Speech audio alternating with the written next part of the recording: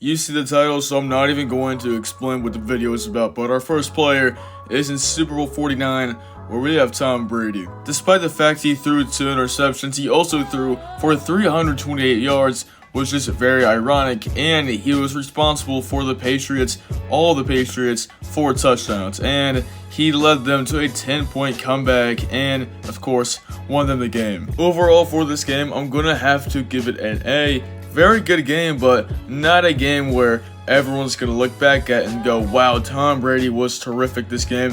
People will go back to this game for the Malcolm Butler interception. And it's going to be pretty hard grading these because what's a bad Super Bowl MVP performance? There's not a lot of bad ones. Most of them are good. So maybe 1 or 2 are going to be below A. The next game we have is Super Bowl 50 with Von Miller. In recent Super Bowl history, Von Miller had one of the most iconic plays and honestly one of the most iconic performances as he stripped Cam Newton twice, one of them resulting in a touchdown. You can see the stat line right there. 6 touchdowns, 2.5 sacks, and of course 2 forced fumbles. For my final ranking, I'm gonna have to go with A. I was debating between A or S, but I put this in regular season standards, and this game wouldn't be talked about that much. I know it's a lot different, regular season from Super Bowl, but that was the deciding factor for A. The only reason I put it in S was just because of how historic the performance was. If you want to put it in S, that's fine. I might change it. I don't know, but I'm going to leave it at A for now. A shameless plug right here. If you want to learn more about the team, the 2015 Broncos, go check out my most recent video about the 2015 Broncos, obviously. Yeah, you know what? I'm changing this to an S. Looking back, Von Miller, his performance in this game will go down in history. Next up, we have my least favorite Super Bowl of all time, Tom Brady in Super Bowl 51. In this game, he threw for 466 yards, which is pretty crazy, but the touchdown interception ratio, not really impressive, but the main storyline, the main takeaway here, is that he led his team back to a 28-3 deficit, and there's only one guy to do that. I mean, Mahomes can too, but before Mahomes, only one guy could do that, and that was Brady. For this one, I'm going to give Tom an A rating. I was going to go with S, just because of that 25-point comeback, but the fact that he had 2 touchdowns and 1 interception kind of ruined it. If that didn't happen, I'd put him in S. It's kind of shocking he only threw 2 touchdowns. If you want to put Brady in the S tier, that's fine, but one of the most iconic games of all time, one of the most iconic performances, but Tom Brady goes at A here for me. The MVP award honestly should have gone to James White, who had 110 yards receiving and a touchdown, and only 30 yards rushing, but 2 touchdowns rushing, including the game winner in overtime. So if you think James White deserves Super Bowl MVP, you're right. Super Bowl 52, we all know this, Nick Foles. I said earlier Von Miller had the most iconic Super Bowl performance of the last 10 years and the most iconic play. That's a lie. Nick Foles came out of nowhere. I mean, we all knew him, but he shocked the world this game. Almost 400 yards, 3 touchdowns, 1 interception, and he caught a touchdown. Easy S tier. The underdog story, the narrative, the catch.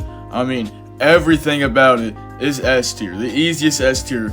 Maybe this video. Next up, we have Super Bowl 53 with Julian Edelman winning MVP. Now, if you were watching this game, you know how bad Super Bowl 53 was. It was a 13-3 game, and really no one knew who to give MVP to, but they ended up giving it to Julian Edelman, who, of course, obviously, didn't have the best Super Bowl MVP performance. This performance will go in B tier. Not a bad performance, but not even touchdown scored. It can't be put in A, let alone S. Now, Julian Edelman, I'm sorry I disrespected you because Super Bowl 54 MVP is Patrick Mahomes. I mean, not even 300 passing yards, 2 touchdowns, and 2 interceptions. He did have a rushing touchdown, but when you throw as many touchdowns as interceptions, even if your team wins, you should not win Super Bowl MVP. Now, who really deserved Super Bowl MVP was running back Damien Williams, who, in that postseason, had one of the most underrated playoff runs of all time. No one talks about it, but anyway, this game, 104 yards, 1 touchdown, and 1 receiving touchdown. Both of those tutties were very clutch. For this performance, I'm gonna have to give it a C. This is gonna be the lowest rating of any performance all video. I mean, Nowadays, this might be the last time you'll ever see someone throwing for the same amount of touchdowns and interceptions and win Super Bowl MVP. Damien Williams absolutely deserved it. Super Bowl 55, we have Tom Brady, which was the last one of his career. Now, this whole game for the Bucs was a solid team effort. This MVP award could have gone to anyone, Tom Brady, Leonard Fournette, Gronk, or anyone from the defense, but they gave it to Brady, which I'm not mad about. Like I said, it could have gone to anyone, but let's look at the stats. 201 yards, 3 touchdowns, and no interceptions. Pretty solid and efficient game. This performance gets an A rating from me. Could have been a B, no pun intended there, but at least we will no longer see Tom Brady on our list or ever again, really.